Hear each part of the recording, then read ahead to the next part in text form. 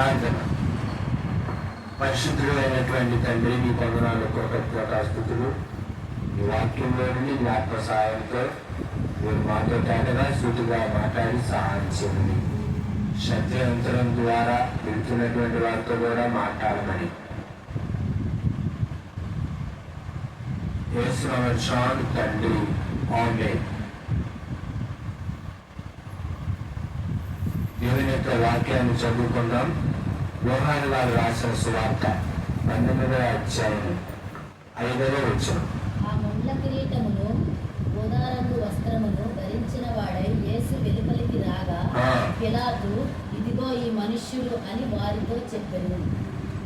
ఆ ముళ్ళ కిరీటమును ఉదారంగు వస్త్రము ధరించిన వాడై యేసు వెలుపలికి రాగా పిలాతు, ఇదిగో ఈ మనుషులని వారితో చెప్పాను. చదవనటువంటి లేఖన భాగంలో నుండి మనం నేర్చుకోవాల్సినటువంటి విషయం ఈ యొక్క మధ్యాహ్న కాల సమయంలో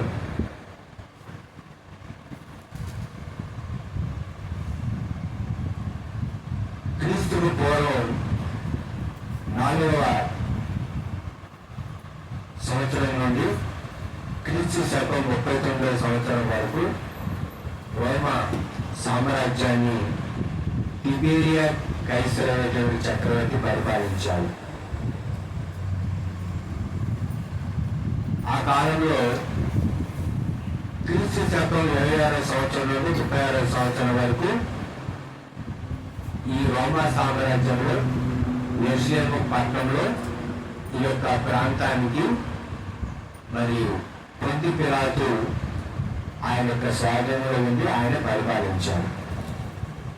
చదువుకున్నటువంటి లేఖన భాగంలో నుండి మనం నేర్చుకోవాల్సింది, ప్రభు అయినటువంటి యేసుక్రీస్తు వారు తండ్రి అయినటువంటి దేవుడికి ప్రార్థన చేస్తారు.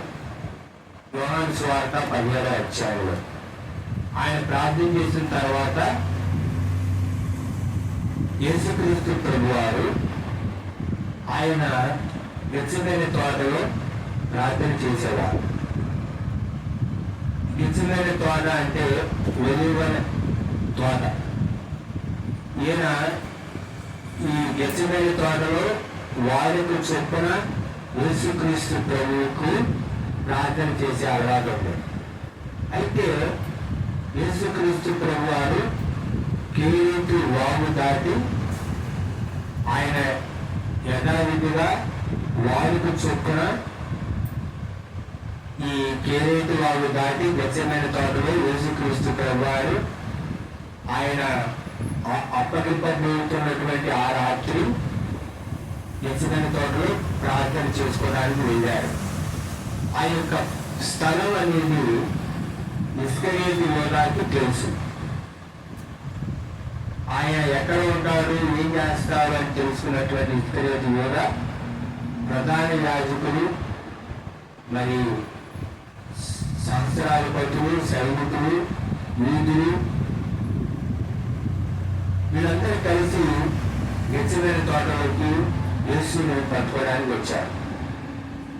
అప్పుడు యేసు ఎవరిని ఎదుగుతున్నారు మీరు అడిగితే, మేము నజరేయుడైనటువంటి యేసుని ఎదుగుతున్నాము అని అంటే, అప్పుడు ప్రభువారు ఆయన చెప్తారంటే, నేనే ఆయన అని చెప్తాను.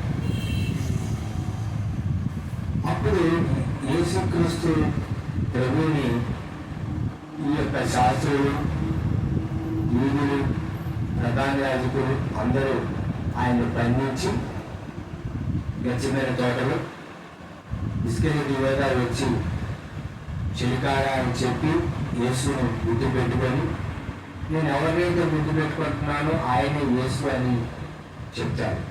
అప్పుడు యోధా యేసును గుర్తు పెట్టుకొని వాళ్ళకి అప్పగిస్తే వాళ్ళు యేసు ప్రభువును బంధిస్తారు. సంఖ్యలతో ఆయన బంధించి తీసుకొని వెళ్తారు.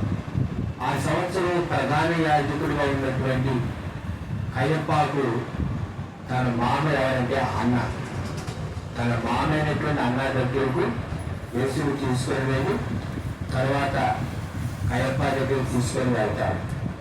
ఈ కయప ఏం చేస్తాడంటే యూదులను రేపుతారు. మనందరి యొక్క మేలు కోసం ఒక వ్యక్తి చనిపోవాలని వాళ్ళకి చెబుతారు. ఆ రాత్రి ప్రభువును వాళ్ళు బంధించడం, తర్వాత అన్నా దగ్గరకు కయప దగ్గరకు తిప్పడం. గలిలయ ప్రాంతానికి చెందినటువంటి వారు యేసుక్రీస్తు ప్రభు యూదాలో ఉన్నటువంటి బెత్లెహేములో పుట్టి నజరేతులో ఉన్నటువంటి గలిలయలో ఉన్నటువంటి నజరేతులో ప్రభు వారు పెరిగారు కాబట్టి గలిలయలో ఉన్నటువంటి యోధ దగ్గరకు యేసు తీసుకొని వెళ్తారు. మళ్ళా యేసును ఏం చేస్తారంటే మరలా పొంతి పిలాతు దగ్గరికి తీసుకొని వస్తారు. పొంతి పిలాతు దగ్గరికి తీసుకొని వచ్చినప్పుడు ఇతరులు నాకు ఏ నేరం కనిపించలేదు అని యేసు ప్రభు గురించి పిలాతు చెప్తాడు.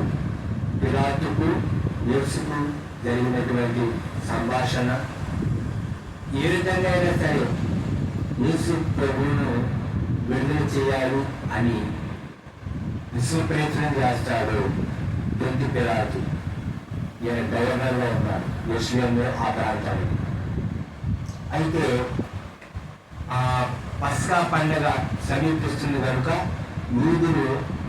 యూదులకు పస్కా పండుగ సమీపిస్తూ ఉంది. ఆనాడు ఐగుప్తు దేశం నుండి ఇజ్రాయేల్ ప్రజలు కానాను దేశంలో ప్రవేశించారు. ఆ రాత్రి అక్కడ పస్కా అనేటువంటి బలిపశువును వధించారు. దానికి గుర్తుగా మరి నేటికి ఇజ్రాయేలీయులు యూదులు వాళ్ళు పస్కాని ఆచరిస్తారు. యూదుల పండుగలు పస్కా పండుగ, కొలిన ముట్టిన పండుగ, కోతకాల పండుగ, వారి కొన్ని పండుగలు ఉన్నాయి. అయితే మన భారతదేశంలో స్వతంత్రం వచ్చిన దానికి గుర్తుగా మరి ఎవరైతే మంచి ప్రవర్తన కలిగి ఉంటారో వారిని ఆగస్టు 15 రోజు లేదా జనవరి 26 రోజు విడుదల చేస్తారు. సత్య ప్రవర్తన కలిగినటువంటి వారిని వారి శిక్ష తగ్గించి వారిని సమాజంలోకి పంపించేస్తారు. అలాగే యూదులు కూడా ఈ పస్కా పండుగప్పుడు ఖైదీలను మరి ఖైదీలను ఏం చేస్తారంటే విడుదల చేస్తారు. అది వారికి ఆనవాయితీ. అప్పుడు మరి యూదుల దగ్గర ఇద్దరు ఉన్నారు. ఒకళ్ళు బందిపోటు దొంగైనటువంటి బరబ్బ. ఈ యొక్క మరి సమాజంలో జరిగినటువంటి ఒక అల్లరిలో ఒక హత్య జరిగినప్పుడు ఆ హత్యలో ఈ యొక్క బరబ్బను పట్టుకొని బంధించి చేస్తాలో ఇచ్చారు. ఈ ప్రజలందరూ కూడా మరి యూదుల పస్కా పండుగ సమర్పిస్తుంది కనుక బరబ్బాని విడుదల చేయాలా, యేసుని విడుదల చేయాలా అని అక్కడ ఉన్నటువంటి వారిని అడుగుతున్నప్పుడు వారు ఏమన్నారంటే మాకు బరబ్బాని విడుదల చేయండి, యేసుని సెలవేయండి అన్నారు. అప్పుడు పిలాతు అడుగుతారు, ఎందుకు యేసుని సెలవేయాలి? అతనిలో నాకు ఏ దోషం కనపడలేదు, మరణానికి తగినటువంటి హేతువు లేదు, ఆయనలో కారణం లేదు,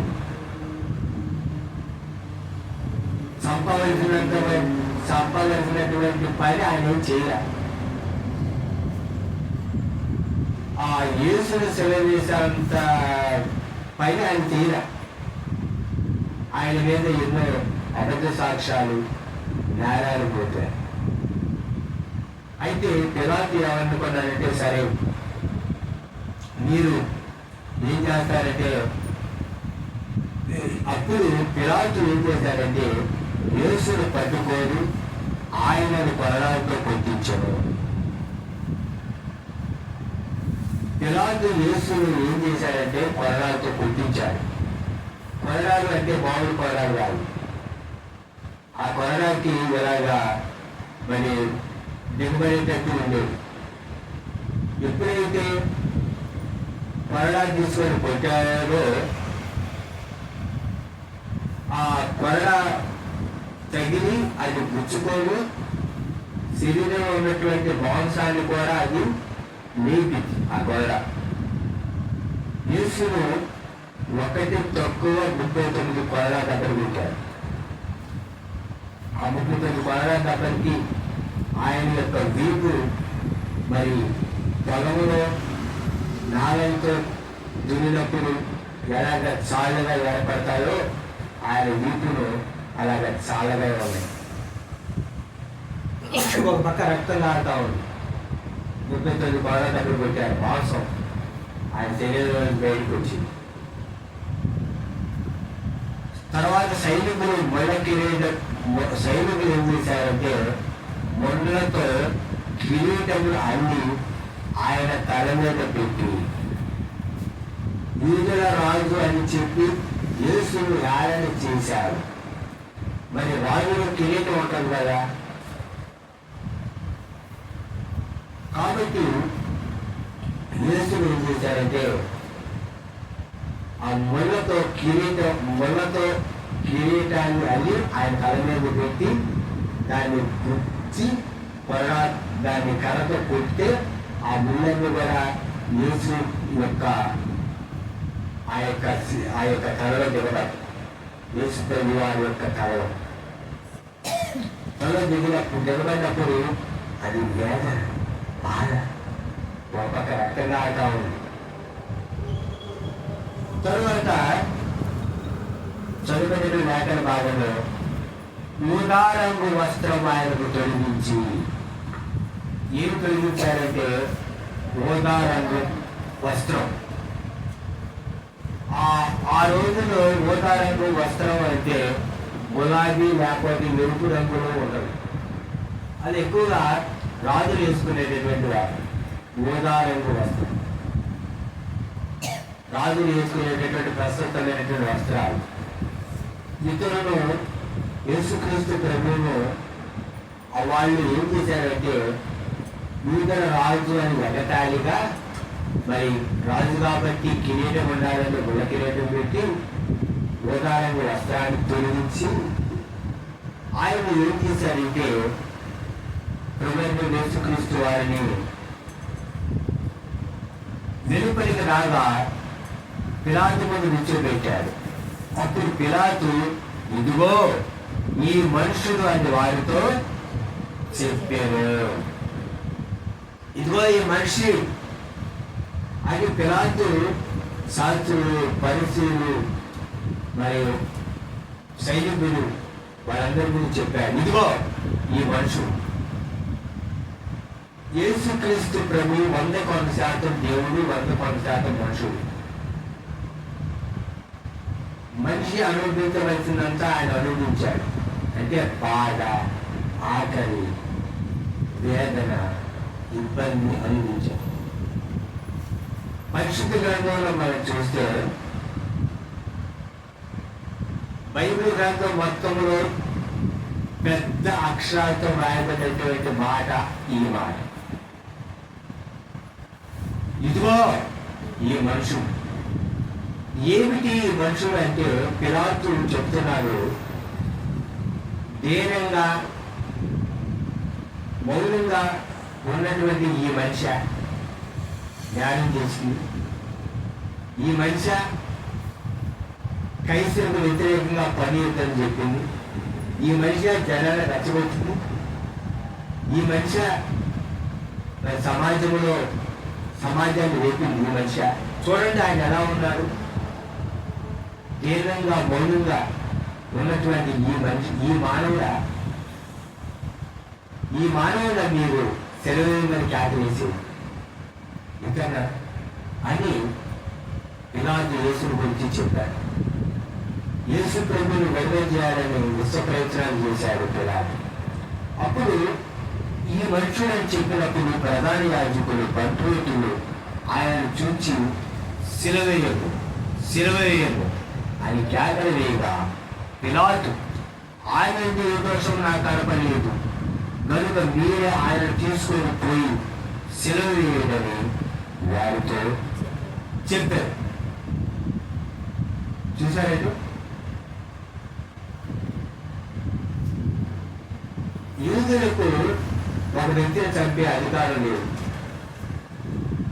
యూదా మతం ప్రకారం ఒక వ్యక్తిని రాళ్ళతో పెట్టి చంపాలి తప్పు చేసినప్పుడు. అయితే శిలువ వేసి మరణశిక్ష విధించే అధికారం యూదులకు లేవు. అది రోమా ప్రభుత్వ వారికి ఉంది. అందుకే పొంది పిలాతు దగ్గరికి యేసును తీసుకొని వచ్చారు శిలువ వేయమని. అప్పుడు పిలాతు గారు అన్నారు, మీరే శిలువ వేసుకోండి, నేనే. ఎందుకంటే యుద్ధంలో దోషం లేదు, యుద్ధంలో ఏ నేల కనపడట్ల. మరణ శిలువ వేసి ఇతరులు మరణించే విధంగా చేసి అంత శిక్షించేదంత జ్ఞానం ఈయన చేయలా. కొరడాతో కొడితే కొరడాతో కొట్టిస్తే ఆ విధంగా యేసుక్రీస్తు ప్రభు మీద అక్కడ ఉన్నటువంటి శాస్త్రులకు, పరిచయులకు, సద్దుకేయులకు, ప్రజలకు, సైనికులకు జాలి కలిగే జనాలు పిలాతు కొరడాతో కొట్టించారు. అయినా వాళ్ళకి జాలి కలగపోగా శిలవేయమని చెప్పారు. కనుక అప్పుడు యేసుక్రీస్తు ప్రభువుని వాళ్ళు తీసుకొని వెళ్ళి కల్వరి కపార అనేటువంటి స్థలంలో యేసుని తీసుకొని వెళ్ళి ఆయనను మరి నిలువ అడ్డ పొయ్యి మీద ఆ యొక్క శిలువను యేసుతోనే గోయించి అక్కడ తీసుకుని వెళ్ళి ఇద్దరు దొంగల మధ్యలో, నేరస్తుల మధ్యలో యేసును 2 చేతులు 2 కాళ్ళలో మేకులు కొట్టి ఆయన చెరువు వేశారు. ఇక్కడ ఈ వాక్య భాగంలో మనం నేర్చుకోవాల్సింది ఏంటంటే, ఇదిగో ఈ మనుషుడు, ఎవరు ఈ మనిషి అనేటటువంటి విషయాన్ని మనం నేర్చుకుంటాం. ఎవరు మనిషి అంటే, పాపం లేకుండా పుట్టి పాపుల మధ్యలో పరిశుద్ధులుగా జీవించినటువంటి మనిషి.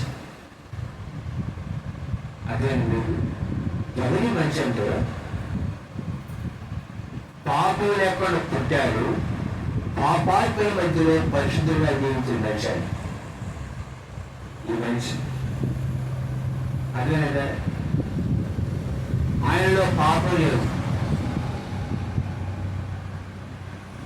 అదేనంటారా? అందుకే ఒక భక్తుడు ఎవరు పాట రాశాడంటే,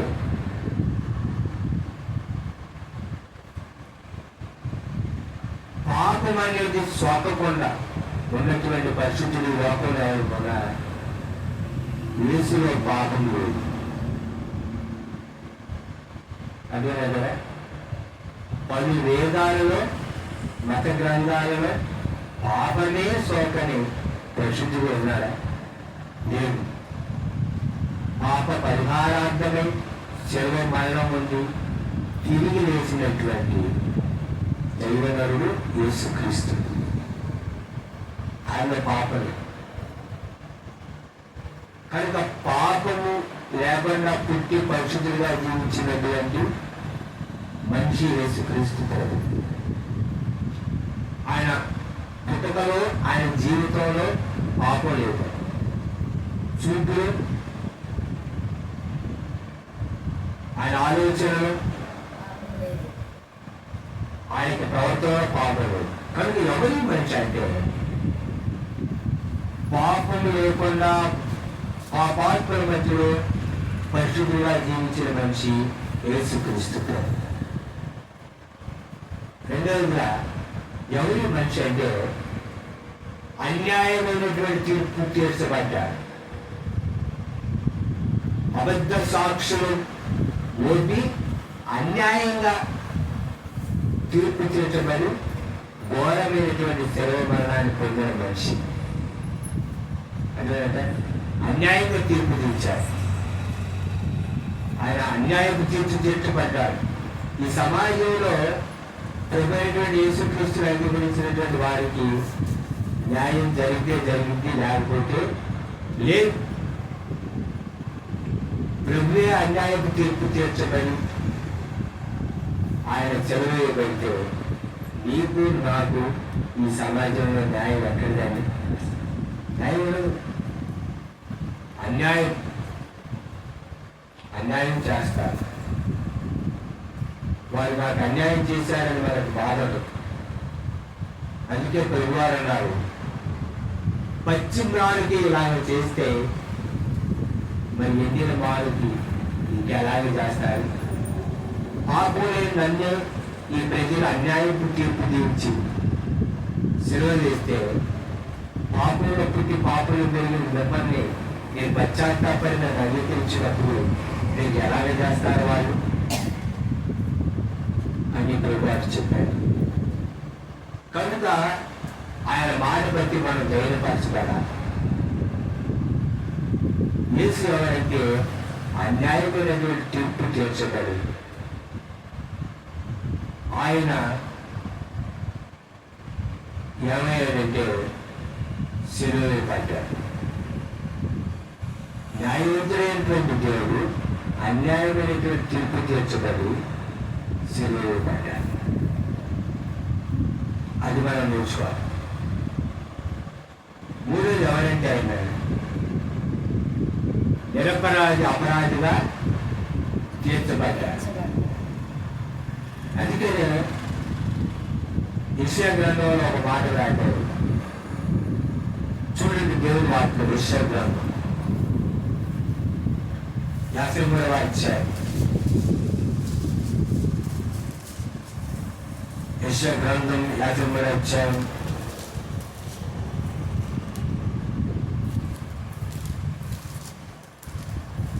దేవుని వాక్యం నేను చూడతానండి.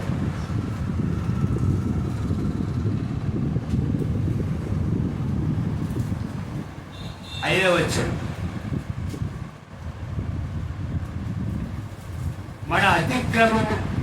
మన అతిక్రమ క్రియలను బట్టి అతను గాయపరచబడను, మన దోషములను బట్టి నలగొట్టబడను, మన సమాధానార్థమైన శిక్ష అతని మీద పడను. అదేంటంటారా? మన సమాధానార్థమైన శిక్ష అతని మీద పడను. మన అతిక్రమ క్రియలను బట్టి అతడు గాయపరచబడను. మన అతిక్రమ క్రియలు అదేంటారు. అందుకే ఒక పాట ఉంది. ఆది ఆదాము మరణ శాసనమును మన శరీరము వేరుచుండగా అమరుడవై ప్రభు భూమికే తిరిచి మరణపు విడిచి మరణము నిలిచిన మా ప్రభువా. మన మీద ఆది ఆదాము యొక్క మరణం, ఆది ఆదాము చేసినటువంటి పాప యొక్క శిక్ష మన మీద. పుట్టుకతో పాపులం, మన యొక్క జీవితంలో మన పాపం, జన్మ కర్మ పాప ఫలితం మన మీద. కనుక ఆ దోషాన్ని యేసుక్రీస్తు ప్రభువారి సెలవులో దాని యొక్క శిక్షను భరించి రక్తం కాచి ప్రాణం పెట్టి నీకు నాకు విడుదల ఇచ్చి నిన్ను నన్ను విమోచించి నిన్ను నన్ను రక్షించారు యేసుక్రీస్తు ప్రభు. అందుకనే దేవుని యొక్క వాక్యం ఎవరు రాబడింది? వాక్యం నుంచి యోహాను గారు ఏమంటారు? ఇదిగో లోక పాపములు మోసుకొని పోయిన దేవుని గొర్రెపిల్ల. అది ఎవరో తెలుసా? నీవు నా మన పాపాలు మోసుకొని ఆ కలవరి ప్రాంతానికి వెళ్ళి సెలవులో ప్రాణం పెట్టి రక్తం కాల్చి నిన్ను నన్ను రక్షించి మన పాపాలని అతని మీద మోపబడి పాపం లేనటువంటి యేసుక్రీస్తు పాపాలు మోపబడి కనుక దేవుడు పాపిని క్షమిస్తాడు, పాపాన్ని ద్వేషిస్తాడు, పాపిని క్షమిస్తాడు. ఆయన ఎవరంటే దేవుని గొర్రె పిల్ల అయినటువంటి మానవుడు. ఇదిగో ఈ మనుషులని పిలాతు గారు చెప్పారు. ఎవరు ఆ మనిషి? మొట్టమొదటి పాపం లేకుండా పుట్టి పాపల మధ్యలో పరిశుద్ధిగా జీవించే మనిషి. రెండోది ఎవరా మనిషి? అన్యాయమైన తీర్పు తీర్చబడి ఆయన తెలియబడినటువంటి మానవుడు. మూడు నిరపరాధి అపరాధిగా తీర్పు తీర్చబడి లోక పాపాలు ఆయన మీద మోపుతాడు. ఆ విధంగా ప్రభువారు ఇంచుమించు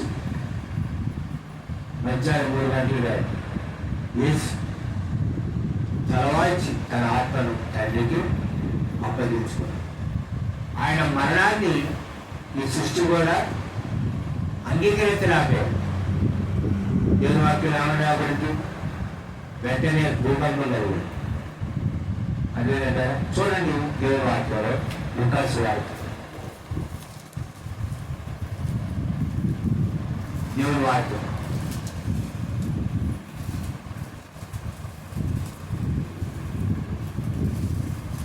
చూడండి.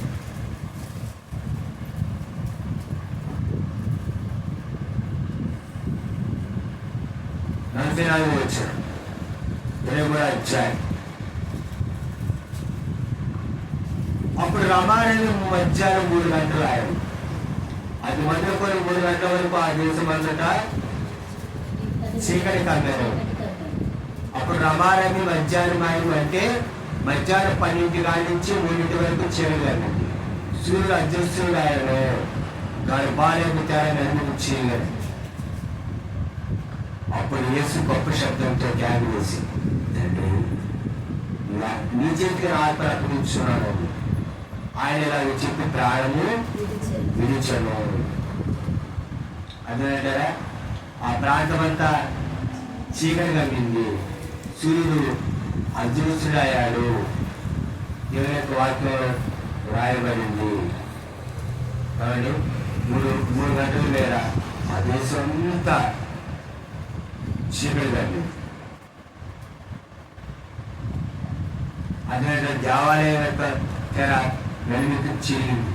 గొప్ప భూకంపం కలిగింది. కొండలు అదిరిని రాళ్ళు తగ్గింది.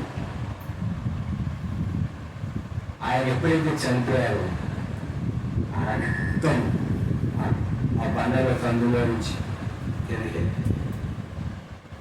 నీ నా మన పాపాల కొరకు యేసు రక్తం దాచాడు, ప్రాణం పెట్టాడు. సో ఆయన యొక్క ప్రాణ త్యాగాన్ని గుర్తించాలి. అదేంటే ఏ పాపని విడువని ఆయన నీ పాపాల కొరకు ప్రాణం పెట్టాడు. ఎవరండి ప్రాణం పెట్టింది ఈ రోజు? యేసు ప్రభు ప్రాణం పెట్టినటువంటి ప్రేమ అదే. కనుక మరి యేసును సొంత రక్షణ అంగీకరించా ఈ శుక్రవారం మధ్యాహ్నం కాదు ఆయన ప్రాణత్యాగాన్ని గుర్తించారా? యేసు ప్రభు చెప్పారు. ఆయన వెళ్తున్నప్పుడు సెలవులో తీసుకొని వెళ్తుంటే యేసు ఆయన చెరువు వేస్తున్నాడండి. బొమ్మలు పెట్టుకుంటూ విషయంలో ఉన్నటువంటి ఆడవారు పడుతున్నారు. అప్పుడు యేసు అన్నాడు, అమ్మా నా కోసం రారు, మీరు నా విషయంలో బాధపడుతున్నారు, ఓకే, నేను సెలవు పడతా, చనిపోతా, తిరిగి లేపుస్తా. మీ పరిస్థితి ఏంటి? రాబోతున్న ఉగ్రత మరి దాన్ని తప్పించుకోవాలంటే మీకోసం మీ పిల్లల కోసం జ్ఞానమే. అదేనంటే దుఃఖపరువారు అని వారు ఓదార్చుకోరు. ఇప్పుడు పశ్చాత్తాపడి కన్నీరు గార్చి ఏడిస్తే యేసుక్రీస్తు పాదాల దగ్గర పశ్చాత్తాపడి ఏడ్చి పాపాలు ఎత్తుకుంటే నీవు ఒక రోజు ఆనందంగా ఉంటావు. దేవుడు తనమే నందరు కొట్టు. ఇప్పుడు నవ్వితే అప్పుడు ఇప్పుడు ఎగతాళి చేసి ఆలోచిస్తే అప్పుడు బాధపడు ఏడుస్తూ. కనుక యేసుక్రీస్తు ప్రభువారు మన పాపాల కొరకు జీవించినటువంటి వారి పాపాల కొరకు, జీవిస్తున్నటువంటి వారి పాపాల కొరకు, భవిష్యత్తులో పుట్టబడిన పాపాల కొరకు, అందరి పాపాల కొరకు, అందరి కొరకు ఒక్కసారి ఆయన ప్రాణం పెట్టారు, రక్తం కాచారు. ఈ శుభ శుక్రవారమే కాదు, యేసు ప్రాణత్యాగాన్ని గుర్తించాల్సింది, జ్ఞాపకం చేసుకోవాల్సింది. ప్రతి సెకండ్, ప్రతి నిమిషం, ప్రతి వారం, ప్రతి నెల, ప్రతి సంవత్సరం జీవితం. కనుక ఈ కొరకు ఆయన మరణించాలనే విషయాన్ని గుర్తించి యేసు ప్రభు పాదానికి మీ పాపలు ఒప్పుకొని పశ్చాత్తాపం రక్షించబడి ఇదే అనుకోసారు. ఇదే మీకు అనుకోని సమయం, అనుకోనటువంటి టైం. కనుక దేవుని సన్నిధిలో ప్రార్థించాం. అందరూ మోకరించి ప్రార్థిస్తాం. దేవుని వాక్యం సహోదరుగా ప్రార్థించు. మరి ఆత్మ సంబంధమైన విషయాలు వాక్యానుసారమైన వాక్యం కొరకు మా యొక్క most high fellowship YouTube channel like చేయండి, షేర్ చేయండి, సబ్స్క్రైబ్ చేసుకోండి. ఆత్మీయంగా బలపడండి. యేసుక్రీస్తుని అంగీకరించినటువంటి వారు ఆత్మీయంగా బలపరచడమే మా యొక్క గురి. అట్టి కృప ప్రభు మనకు అనుగ్రహించును కాక. యేసుక్రీస్తు నామములో అందరికీ వందనాలు. సమస్త మహిమ ఘనత ప్రభావాలు యేసుక్రీస్తుని కలుగును కాక. తల వంచండి, కళ్ళు మూసుకొని ప్రార్థన చేసుకోండి. ప్రభువైన మాటలు మాత్రం కూడా భద్రపరచండి. మాట ప్రకారం నడుచుకుంటూ మనిషి యేసుక్రీస్తు వారి నుంచి ప్రార్థిస్తున్నాడు. ఆమేన్.